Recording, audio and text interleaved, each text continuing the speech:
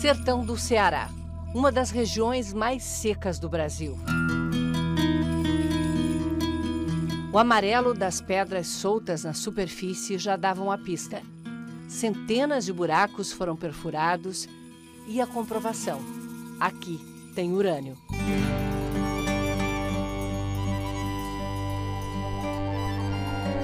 Percorremos a fazenda que pode se transformar na maior mina de urânio do Brasil, com técnicos de um consórcio formado pela estatal INB, Indústrias Nucleares Brasileiras, e uma mineradora privada de fosfato. Aqui para baixo eu tenho 160 metros. No topo dessa montanha, a mina teria quase 1 quilômetro de largura e 160 metros de profundidade.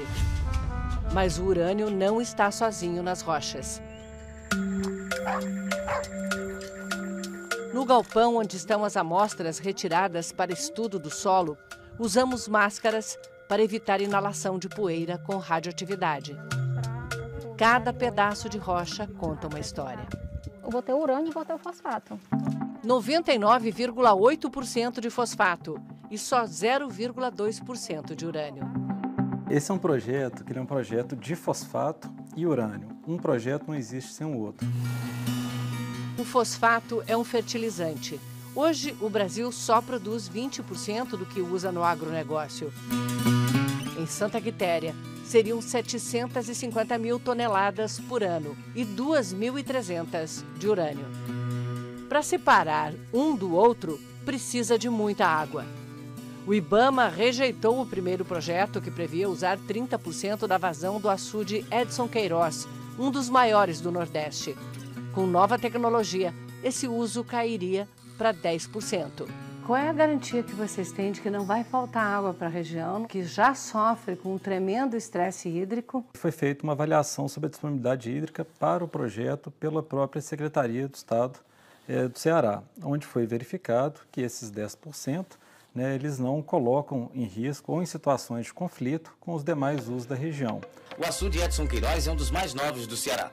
O movimento antinuclear diz que mesmo 10% farão diferença, principalmente nos períodos de grande estiagem. O açude Edson Queiroz já secou no nível de não operação desse reservatório, fornecendo água à população.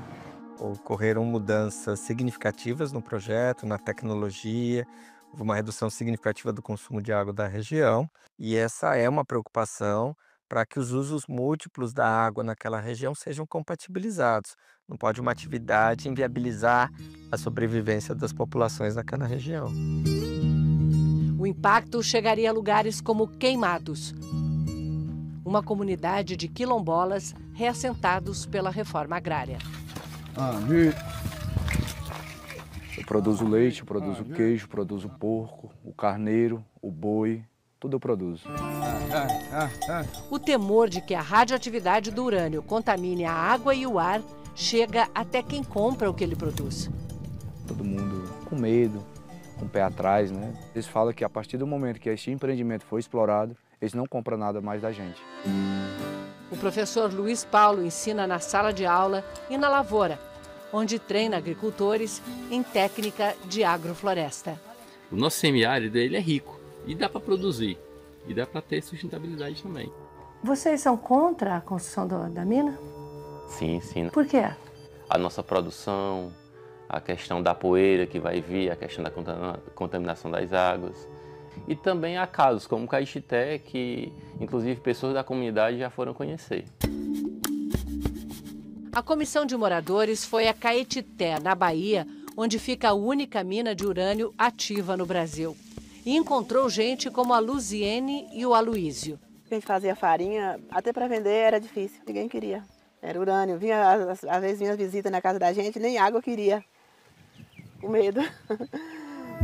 O medo era do urânio encontrado na água do poço que a INB perfurou em troca de fazer prospecção na terra deles. E nós precisamos de usar essa água sem poder usar, né? Depois de 3 anos, o poço foi lacrado, porque o teor de urânio chegou a 30 vezes a quantidade limite para a saúde humana. Vocês chegaram a usar essa água para beber? Não. A gente usou para molhar a planta, dar aos animais. Estudo da Fiocruz de 2012 encontrou alta incidência de tipos de câncer geralmente relacionados à exposição à radioatividade, em Caetité e no entorno. Mas faltam pesquisas de longo prazo para monitorar a saúde da população e determinar causa e efeito. A mina está parada desde o ano passado, quando fomos a Caetité. O contrato com a empresa que fazia a extração foi revogado. O pátio de minério já extraído está cheio.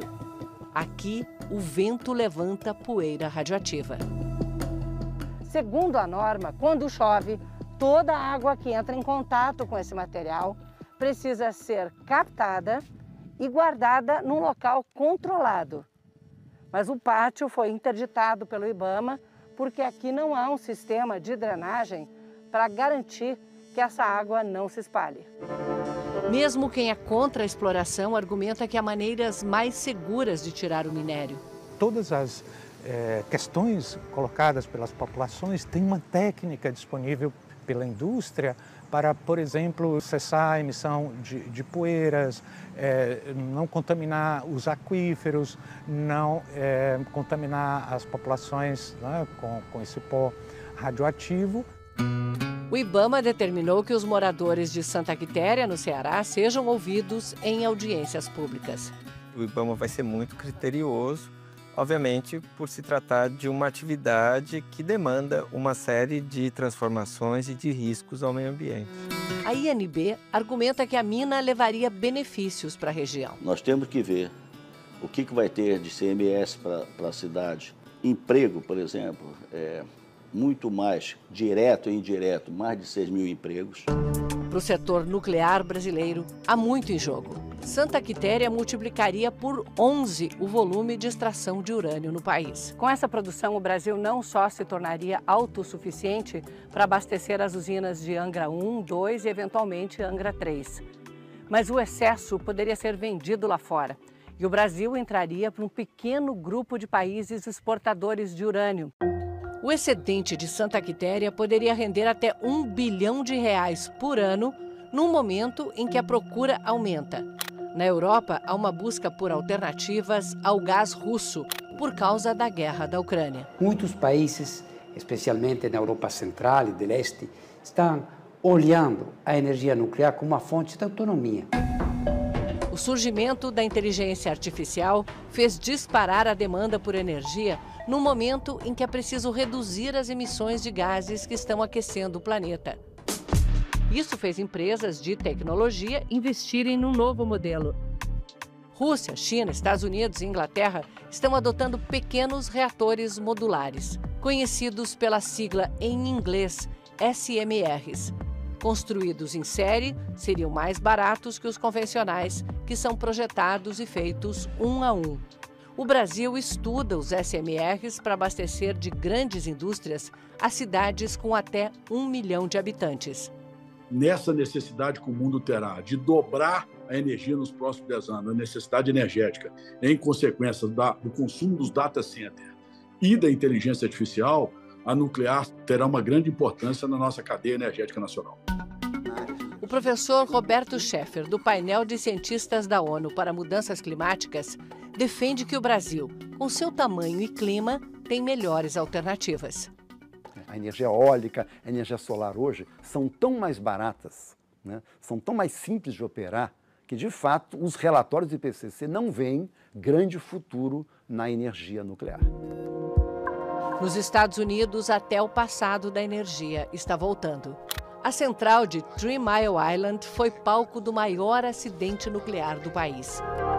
Nos anos 70, um dos reatores teve um derretimento parcial e está sepultado em concreto para conter a radioatividade.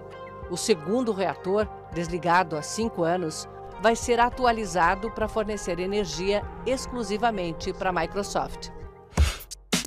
Mas esse cenário pode mudar rápido. A empresa chinesa de inteligência artificial DeepSeek, como você viu no Fantástico na semana passada, aponta que a necessidade de energia pode não ser tão grande assim.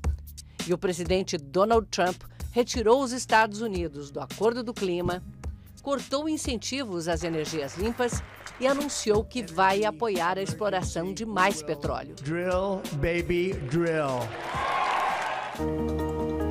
Um argumento a favor da energia nuclear aqui é que o Brasil é um dos poucos países que domina todo o ciclo do urânio. Nessa fábrica da INB, o urânio é enriquecido e transformado nessas pequenas pastilhas, que são o combustível nuclear. Isso aqui não tem radioatividade que seja perigosa para a gente tocar. A gente só está usando luva e tomando esse cuidado, que é para não contaminar o combustível. Mas todos os planos dependem de resolver o que fazer com o grande elefante na sala. Angra 3. 12 bilhões de reais e quase meio século de obra. O que se vê da terceira usina nuclear brasileira é a meia esfera aberta. A construção parou ainda nos anos 80 por causa da crise econômica do país. Retomada neste século, chegou a ter 5 mil trabalhadores do pátio, até parar de novo por denúncias de corrupção. Nesse momento, com 65% das obras concluídas, vale a pena terminar a usina de Angra 3? A resposta é difícil não só porque custa muito dinheiro para terminar, mas também porque custa caro ficar parado e custa muito caro desistir de vez. A conta foi feita pelo BNDES. Custo de 23 bilhões de reais para terminar, 21 para desistir. O maior custo é para pagar os financiamentos feitos até aqui, mas há outros. Todos os anos, 120 milhões de reais são gastos para a manutenção dos equipamentos comprados e estocados em Angra. Parece novinha, né? Ela foi fabricada em 1984. Já completou 40 anos. Nós precisamos investir nessa energia que é tão mais cara do que a solar, por exemplo, ou a eólica? Precisamos sim, primeiro pela característica. A solar e a eólica são fontes de energia boas, mas elas são intermitentes, não funcionam 24 horas por dia. A nuclear, sim, funciona 24 horas por dia. E essa energia firme estaria bem perto dos grandes centros consumidores, Rio e São Paulo. Não terminar o projeto significa literalmente colocar dinheiro, abandonar com este projeto e você não ter nenhuma geração de trabalho, nenhuma geração de renda, zero de oportunidades e o fracasso de um projeto extremamente importante para o desenvolvimento de toda a cadeia do setor nuclear para o Brasil. Eu acho que é melhor não finalizar Angra 3, há custos para isso, mas o maior custo é finalizar Angra 3. O fato é, quer dizer, a geração nuclear é muito cara e ela teria um impacto ainda maior, então, na tarifa de energia elétrica brasileira, que é bastante alto.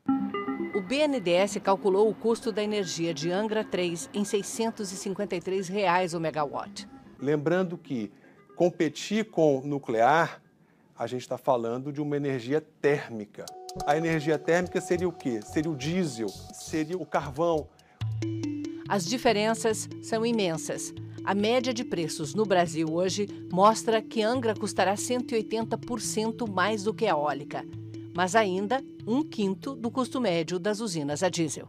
O funcionamento de uma usina termoelétrica segue mais ou menos o mesmo princípio de uma panela de pressão. A água esquenta, vira vapor, o vapor ocupa mais espaço do que a água líquida, forma pressão dentro da panela que, quando escapa pela válvula, faz com que essa tampinha gire.